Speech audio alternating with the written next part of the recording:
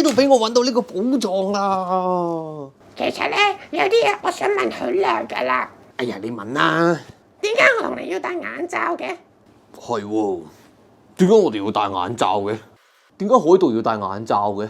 可能你同好多人一樣都以為海盜點解要戴住個眼罩咧，係同打鬥有關，因為打盲咗隻眼咯，咁咪要攞遮住咯，好似嗰隻木腳咁樣斷咗隻腳，咪攞隻木腳去代替咯，係就同打鬥有啲關係嘅，不過就唔係你諗咁樣。首先你要代入一個海盜咁去諗，佢平時咧就喺個海上面啦，咁啊好猛太陽嘅，咁但係調翻轉咧，佢個船艙係好黑嘅，萬一去到打鬥嘅時候咧，有陣時佢要上甲板度啦，有陣時要落去好黑個船艙度喎，咁如果佢兩隻眼都正常喺度望嘅話咧，咁佢就會唔適應黑暗嘅環境，因為科學家已經做過實驗啦。如果一隻眼咧要有光嘅地方去黑暗嘅地方，就要20至30分鐘先可以完全適應得到嘅。咁你都知啦，咁風頭火勢咁啊，打緊仗噶嘛，咁冇理由等20幾30分鐘噶嘛，係咪？咁所以咧，以前嘅海盜咧就有個好聰明嘅方法，就係一開始咧就攞個眼罩遮住一隻眼，咁要去到黑暗船艙入邊嘅時候咧，佢就揭翻高去攞呢一隻眼咧去望黑暗嘅環境。